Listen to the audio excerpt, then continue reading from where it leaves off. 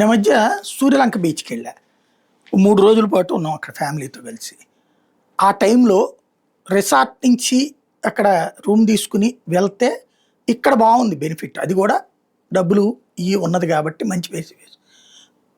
అక్కడికి పోతే టాయిలెట్‌కెళ్ళాలంటే ఆ బీచ్ దగ్గర ఎక్కడా లేదు. మళ్ళీ అక్కడ ఏదో ఒక వెహికల్‌లో దూరంగా ఎళ్లి లేకపోతే అందరికి దూరంగా వెళ్లి టాయిలెట్‌కి పోవాలి. మగాడినైన నాకే ఇబ్బంది. ఇక ఆడవాళ్ళకి ఎట్లాంటి ఉంటది? అలాగే స్నానాలు చేస్తారక్కడ. సముద్రం అన్నాక. బట్టలు మార్చుకోవడానికి ఒక ప్లేస్ ఉండాలి గదా! అక్కడ ఏమున్నాయంటే ఎక్కడో ఒక మూలకున్నాయి. అక్కడ ఎందుకు ఏర్పాటు చేయలేము? టాయిలెట్స్ ఎందుకు ఏర్పాటు చేయలేము? ఎందుకు ఏర్పాటు చేయలేము?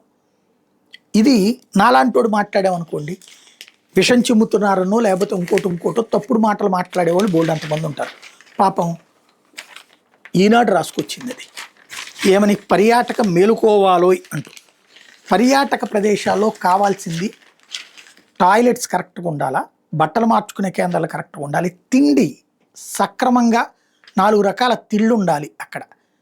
మద్యం కాదు కావాల్సింది. మద్యం సరే తాగేవాడికి తాగనీయండి. నేను కాదంటలేదు. కానీ సరైనటువంటి ఆహారం ఏ ప్రాంతాల నుంచి వస్తారో నార్త్ ఇండియన్ కోసం ఫుడ్డు, సౌత్ ఇండియన్ కోసం ఫుడ్డు, మళ్ళీ ఉత్తరాంధ్ర ఆహారం వేరు, ఇటు పక్కన వీళ్ళ ఆహారం వేరు, రాయలసీమ ఆహారం వేరు, ఆహారపు అలవాట్లో మార్పులున్నాయి. దానికి తగ్గట్టుగా వండి పెట్టగలిగేటటువంటి కేంద్రాలు కావాలి. వాటిని ప్రోత్సహించాలి. సీరియస్‌గా ఆలోచించాలి.